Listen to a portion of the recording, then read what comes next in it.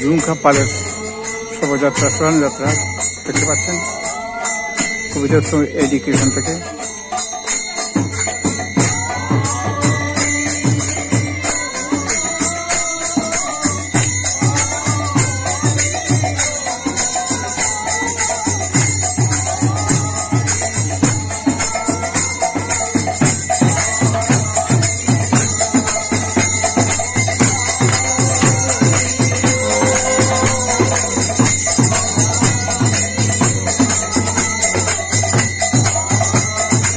সব এডুকেশন দেখতে পাচ্ছেন।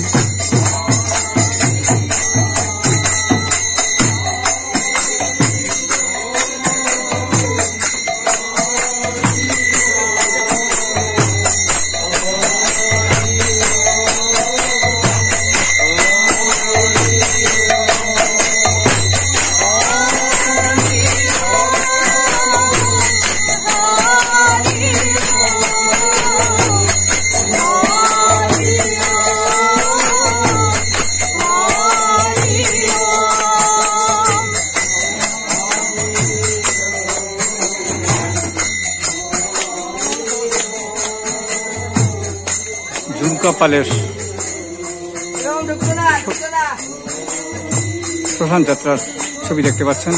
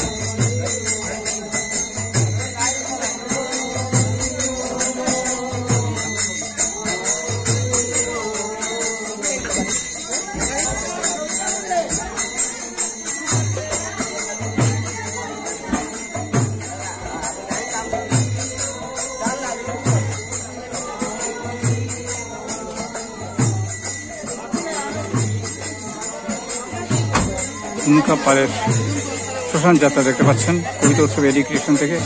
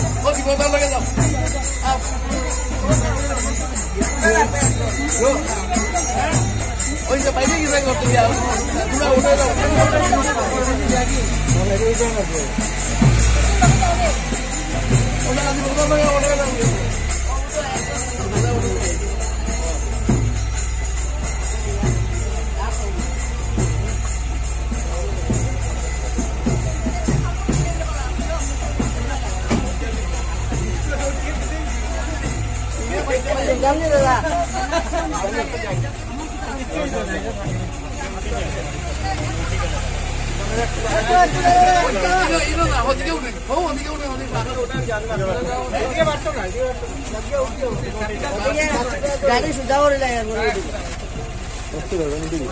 ওদিকে উঠতে পারবা গাড়িটা সোজা হয়ে যাও ও মহিলা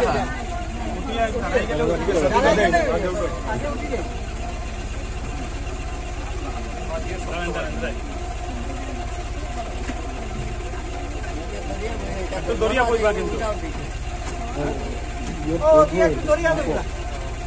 গ্লাসের মধ্যে দরিয়া বইছে আস্তে আস্তে যাইও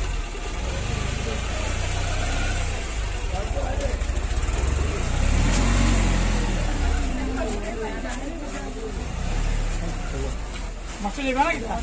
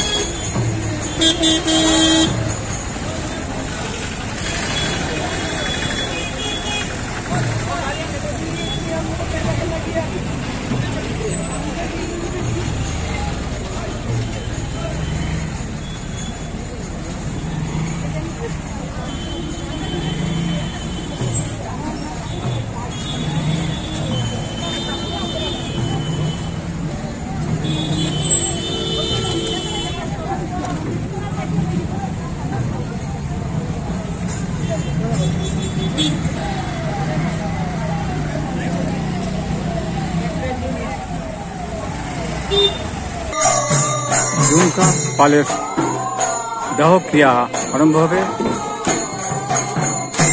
ঝুমকা পাল প্রাক্তন শিক্ষিকা ছিলেন।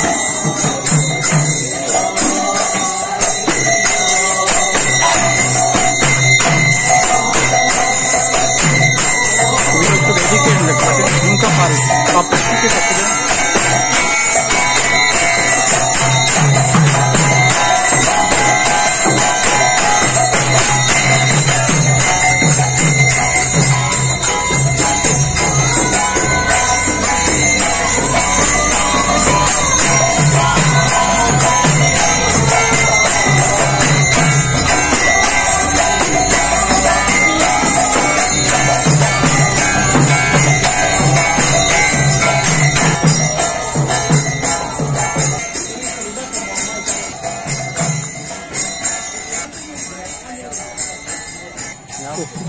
শুক্রবারটা তো কইল শুকাও তো কইলাও। নমস্কার, কবিতা উৎসব এডুকেশন আপনারা দেখতে পাচ্ছেন। আমাদের অত্যন্ত প্রিয় সম্মানিয়া ঝুমকা পাল যাত্রা করেছেন। তার সংঘমিত্রা পাল নামে তিনি সংহিতা পাল নামে পরিচিত, কিন্তু আমরা ঝুমকা দিদি ডাকতাম। সেই সম্পর্কে আমরা সুখ কথা বলবেন এবং তার গৃহাত্মার সদ্গতির কথা আমরা সবাই কামনা করছি। সুতো সম্পর্কে কিছু কথা বলবেন, বলুন।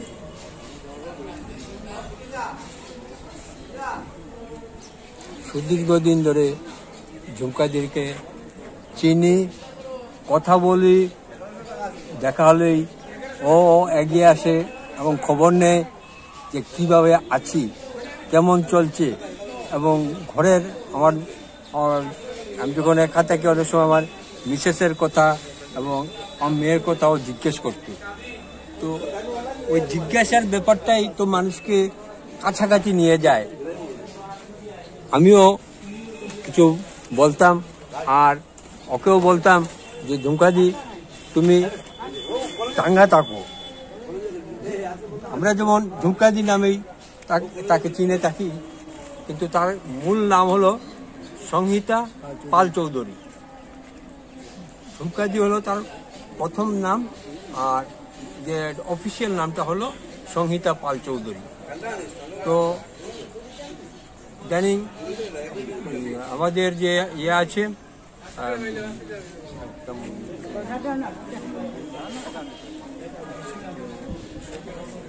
মন্দিরে প্রায় দেখা হতো এবং দেখা হলে উনি আমাদের সাথে কথা জুড়তেন এবং সবসময় একটা আন্তরিক ভাব ছিল।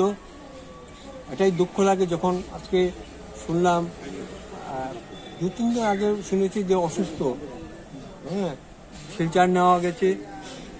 ভাবছিলাম যে ও সুস্থ হয়ে আসবে, কিন্তু সকালে যখন শুনলাম যে ঝুমকাদি মারা গেছে, খুবই গতকালকে মারা গেছে, সকালে শুনেছি আর কি, তখন অত্যন্ত দুঃখ লাগলো।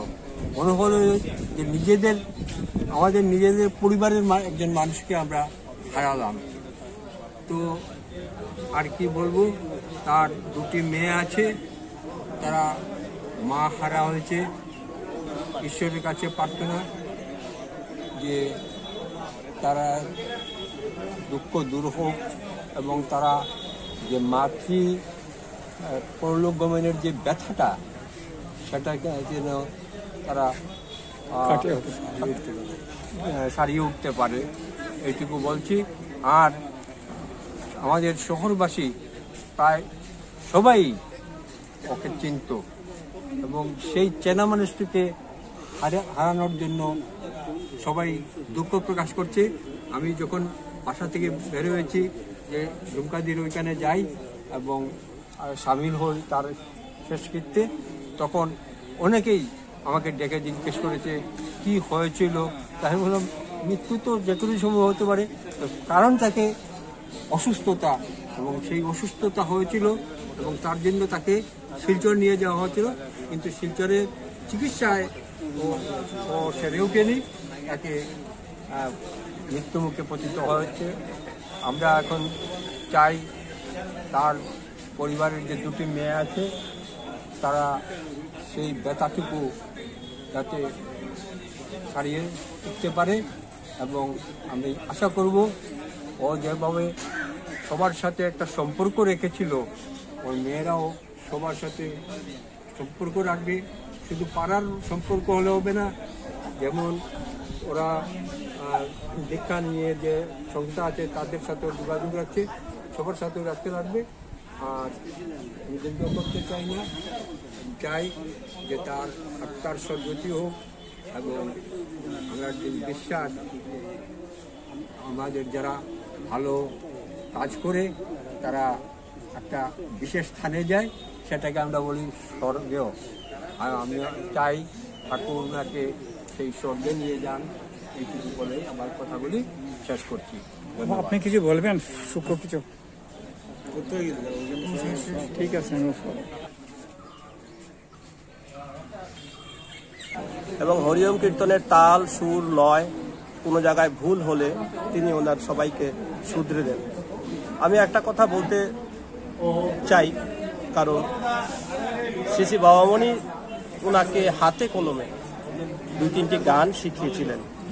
সেই গানগুলো আমরা ওনার মুখ থেকে আর শুনতে পারবো না। এটাই হচ্ছে মর্মে বেদনা।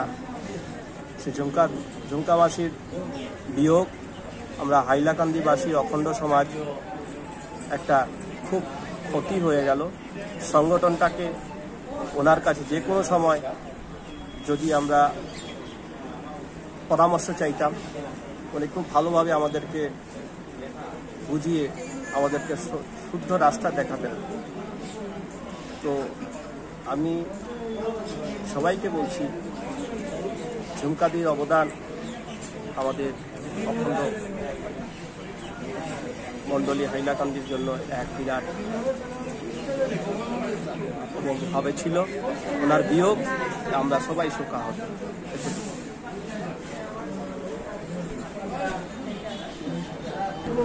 আমাদের অত্যন্ত প্রিয় বামনে আশ্রিত ঝুমকা পাল মৃত্যুতে আমরা শোকাহত সবাই।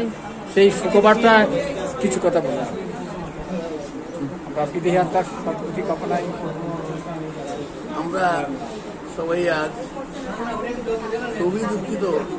এবং সংগীতা পাল চৌধুরী, আমাদের ঝুমকাদি বলে ডাকি, উনি আমাদের সকলের প্রিয় ছিলেন। আজ থেকে নয়, দীর্ঘদিন থেকে সঙ্গীতের সঙ্গে জড়িত ছিলেন।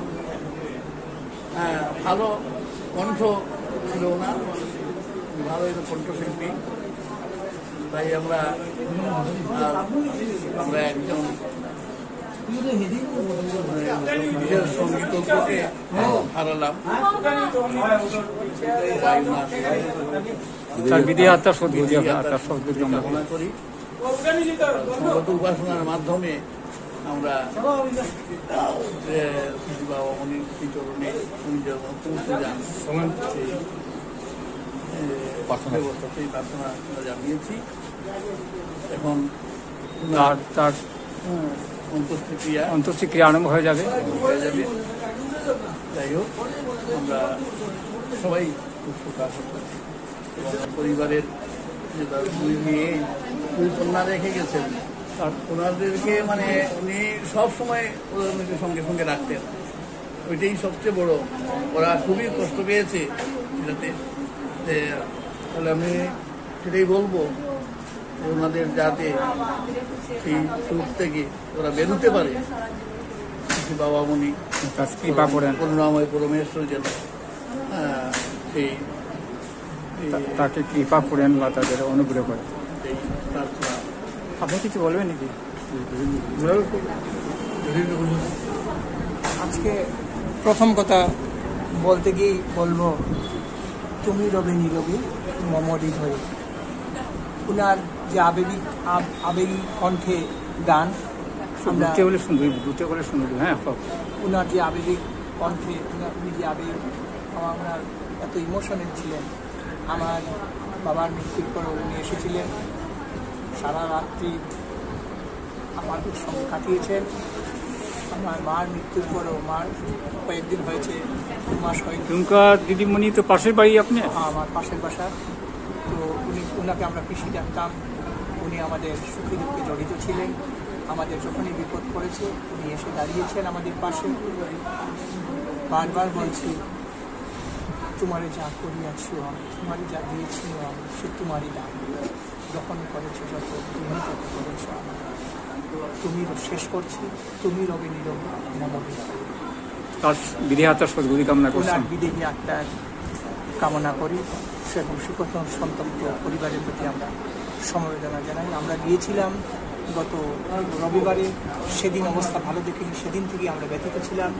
জানতাম কখন হঠাৎ মৃত্যু সংবাদ এসে পড়বে। সেই যদিও এই বয়সে মৃত্যু যতই অস্বাভাবিক মনে হোক না কেন, তবু মৃত্যুর চেয়ে বিয়াবার্তা আর কিছু হতে পারে না। আমরা মেনে নিচ্ছি উনার এই মৃত্যুটিকে, উনার এই অকাল মৃত্যুকে আমরা মেনে নিচ্ছি। ভগবানের কাছে প্রার্থনা করি উনার বিদেহী আত্মার শান্তি পায়।